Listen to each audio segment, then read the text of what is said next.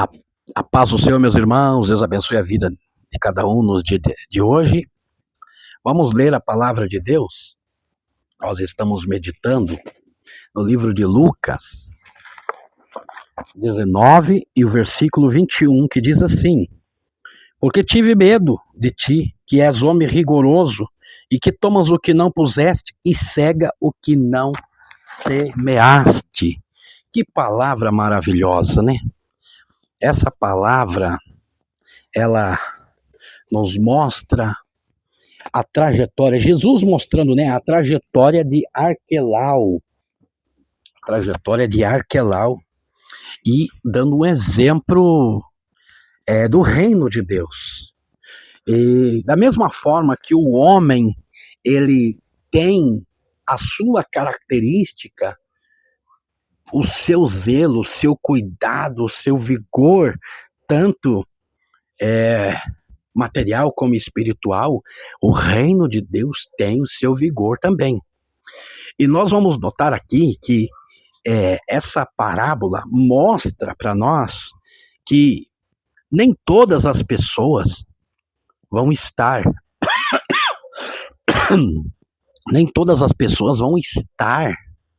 de acordo com a situação.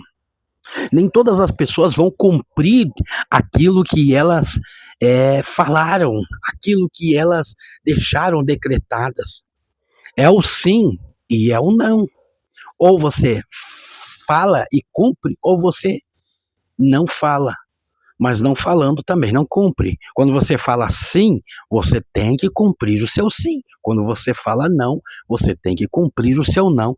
Porque o que passar disso é procedência maligna, é procedência duvidosa, é desconfiança. Você entendeu? E aqui nós vamos ver duas classes. Eram 10, e você vai ver na parábola sempre mencionando 10, e 10 servos, 10 talentos, sempre mencionando, e também vai mencionar 5. Mas isso não tem nada a ver, aqui está falando sobre o meio, um para a direita e outro para a esquerda. Aqui está falando de procedência duvidosa e de procedência de bênção. Então, aqueles que determinaram, que pegaram o seu 5, que pegaram o seu 10, fizeram render, são pessoas que determinaram o seu sim. Elas deram sim, elas deram ok, elas agora vão cumprir aquilo que elas falaram. E houve uma abundância de bênçãos ali, naquele ambiente, multiplicaram o que foi lhe dado. Mas a outra metade, só tem um exemplo da outra metade, mas provavelmente tinham mais exemplos, mas isso é só para mostrar o que acontece com aquele que fala e não cumpre. Ele falou que iria, mas na hora não fez. O que ele fez? Ele enterrou, ele guardou, ele escondeu, porque tinha medo de multiplicar, porque tinha medo de algo dar errado, porque tinha medo de as coisas não derem certo. Mas já estava determinado para fazer, já estava determinado para agir, e na hora certa desistiu. Hoje nós vemos também situações assim, quando você vai num banco pegar um dinheiro emprestado, você está dizendo o seu sim para o banco. E quando você paga as suas parcelas do seu empréstimo, toda vez que você paga a parcela do seu empréstimo, você está dizendo sim. E esse sim vem acarretado de bênçãos de Deus sobre a sua vida. Você entendeu? Porque você terá mais crédito quando você precisar. Agora, quando você dá sim para o banco e você diz não, quando você deixa de pagar as prestações e fica acumulando, você está sendo um canal de maldição para você mesmo, porque além de o banco nunca mais querer emprestar para você, vai só multiplicando a tua dívida. E é o que essa passagem diz para nós. E é o que essa passagem está falando. Essa passagem, ela é ilustrativa, porque essa passagem mostra que tudo aquilo que plantarmos, nós vamos colher. Você plantou milho, vai colher milho. Plantou feijão, vai colher feijão. Não adianta você plantar milho achando que vai colher feijão. Não adianta plantar tempestade achando que vai colher a bonância, que vai colher a prosperidade. Quer dizer, aquilo que você fizer de bom, você vai receber coisas boas. E aquilo que você fizer de mal, você vai receber coisas más, coisa mal para a tua vida. Está determinado. Aqui nós vamos olhar que esses homens, do texto que nós estamos falando, que enterraram, que esconderam, que tiveram medo, eles estavam dando desculpas. Eles estavam sendo servos negligentes. Não adianta assumir um propósito e depois ser negligente. Não adianta assumir um propósito e depois ter a desculpa. Ah, a desculpa é porque fulano. A desculpa é porque ciclano. Não. Nós temos que assumir o nosso papel. Ou é sim ou é não. Você tem que decidir o que você quer da tua vida. Você não pode viver dessa forma, não pode viver desse jeito. Segundo, eles tentaram justificar a sua preguiça.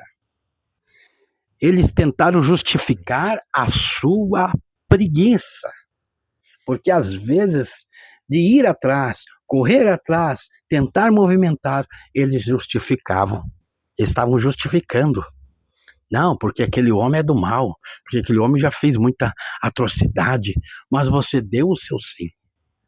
E aqui Jesus está mostrando para nós que o reino de Deus, ele está ali. Só que vai chegar horas no reino de Deus que nós vamos ter que seguir. Nós vamos ter que caminhar, mesmo que seja doloroso. Porque o reino de Deus é assim.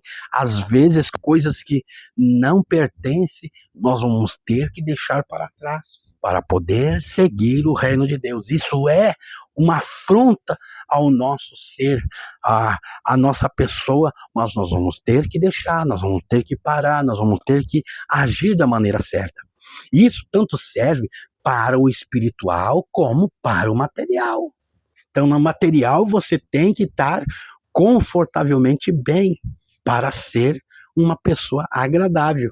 E no espiritual é a mesma coisa. Se você está chorando, triste, amargurado, com a vida detonada, tudo que girar em teu redor será triste e detonado, mas você tendo um semblante alegre, você tentando seguir a vida, você tentando ser fiel, tanto no teu material como no teu espiritual, as coisas vão fluir e as coisas serão melhores. Então, não vai ter espaço para a preguiça.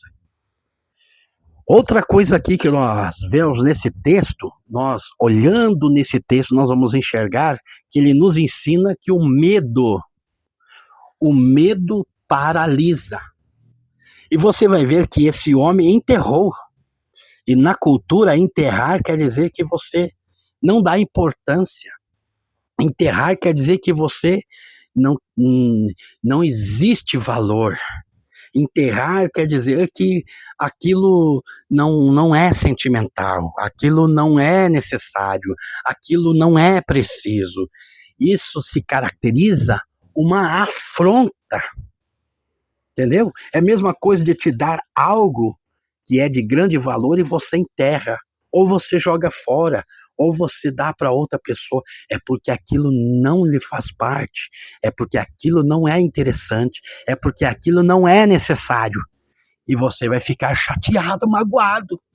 E Jesus está mostrando isso, que quando as bênçãos caem sobre a vida das pessoas, o reino é estabelecido e nós tomamos com amor, fazemos render, fazemos multiplicar, mostramos que a bênção vai muito além do que isso.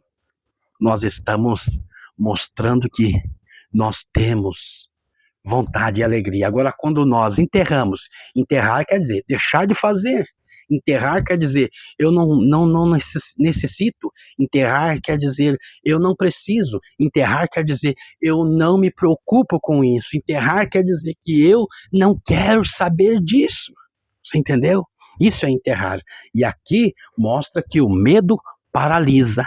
E quando o medo paralisa o homem, está mostrando que ele está sem a confiança em Deus.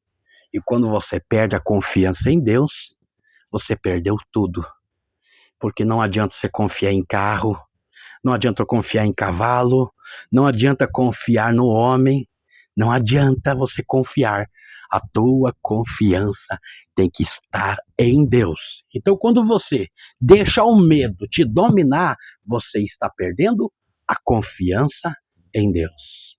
Quando você deixa o medo te dominar, você está sendo levado para a inatividade. Quer dizer, você deixa de produzir material e deixa de produzir espiritual. Você é simplesmente o que diz o texto de Salmos 1, uma palha soprada pelo vento. Sem processo de algum trabalho, sem valor algum.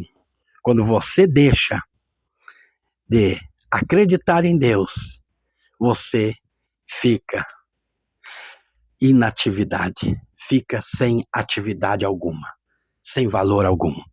E também, quando você deixa o medo te dominar, você entra num processo mais forte e mais perigoso, que é a rebeldia. Você começa a ser rebelde. Rebelde é aquela pessoa que ela não se preocupa com ninguém, ela não quer saber de ninguém, e ela não dá ouvido para ninguém, e ela quer fazer as coisas do seu jeito, do seu modo, entendeu? Ela não tem ouvidos, ela não presta atenção, ela quer fazer ao contrário.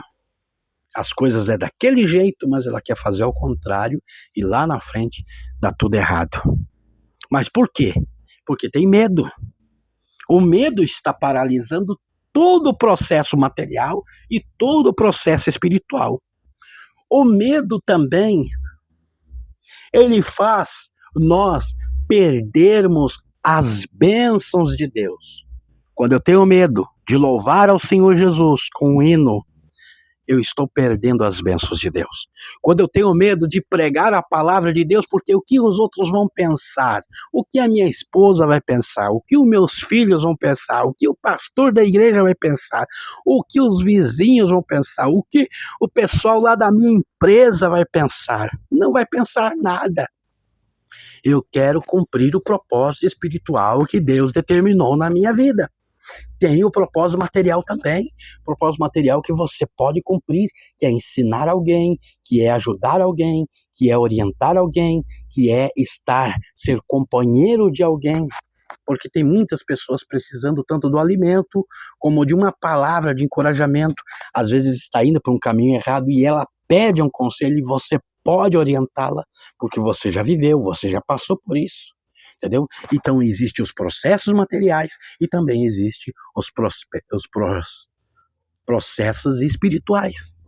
Existe o material e o espiritual, e nós temos que trabalhar atrelados, juntos, para que as bênçãos sejam matéria e também sejam espiritual.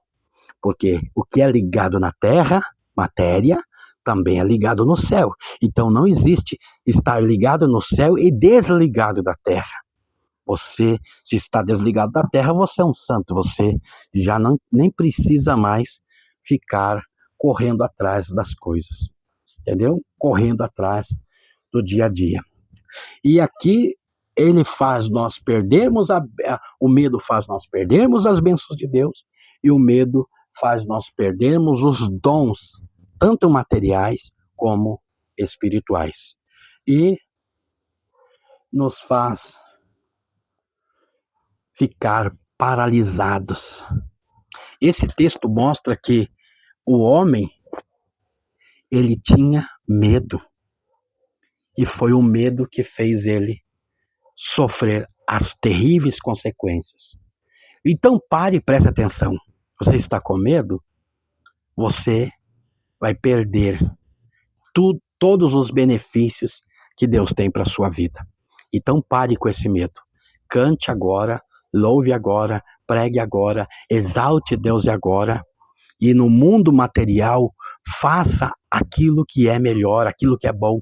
O que é bom para mim? É bom eu me alimentar, então vou ajudar alguém, vou alimentar alguém. É bom eu auxiliar alguém, então vou auxiliar alguém, vou orientar alguém. Então, seja um Cristo na terra. O que Cristo faria no seu lugar? Qual é o conselho que lhe daria no seu lugar? Julgue, pare de julgar as pessoas e comece a orar. Pare de condenar as pessoas e comece a louvar.